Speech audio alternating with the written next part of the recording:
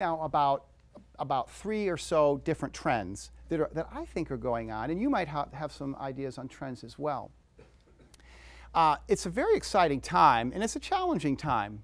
But the bottom line is that agencies are seeing this interchangeable nature between all the different stakeholders within a nonprofit, from the donors to the volunteers to the tweeters to the promoters. It's a time of lots of back and forth. And so I think that we have a great opportunity as volunteers become more ingrained into the fabric of the entire nonprofit. It's seeing it more of a systems approach.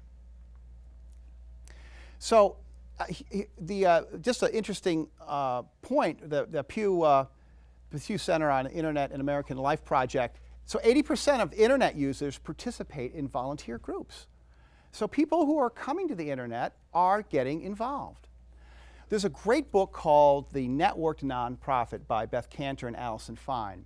And basically what she helps nonprofits to think through is how you're going to have a strategy around how to involve people. We have the social media, how are you going to leverage that? And she came up with this pyramid.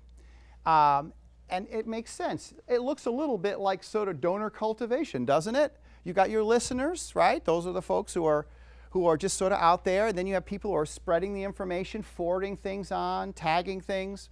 I put the volunteers in here because she put donors, but my belief is they sort of run together. A higher level of involvement, and then of course the evangelists and the creators, the people who actually are getting stuff done and starting new nonprofits and getting all excited. To illustrate the power of social media, there was some of you familiar with the Give to the Max campaign that happened in the fall? Okay, what it was a internet-based approach where in one day, nonprofits could push out to their networks and say, if you believe in the work we're doing, can you contribute something on this day? And wait until this day to do it. Two of the organizations that I interviewed did this. They pushed it out. They had a lot of volunteer engagement, but not just volunteers. They involved all sorts of people in investing in their organization. Little Lights Ministries, as you can see, in DC, a group that mentors kids using volunteers, 726 gifts, $38,000 in one day. It's amazing. For Love of Children, $86,000. They're a much larger organization in one day. So I think that the implications of being able to use social media, we're all still trying to figure it out, can really be great. So one of the things I'm talking a lot more to people who are in the fundraising field as I evolve and myself learn about what's going on. And so the whole idea of the engagement model, which has been very standard for the fundraising folks, is something that we should adopt, and I think there can be a lot of crossover, and we're seeing it already. Get people interested, seek out their ideas, ask for the money, show results, engage, invite, involve. Well, we know that people who volunteer are willing to give more money. The more people we can engage, the better. There's more Montgomery Community Media's NPO Day when we return. As a father, I know the smallest moments can have the biggest impact on a child's life.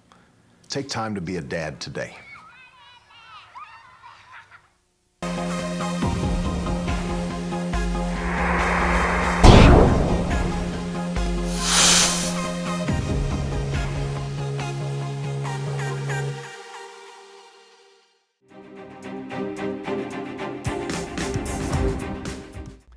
So a couple of practical tips for folks, which was write the volunteer support into grants. So when you're applying for things, put it in there. Let the foundation say, we need money for that.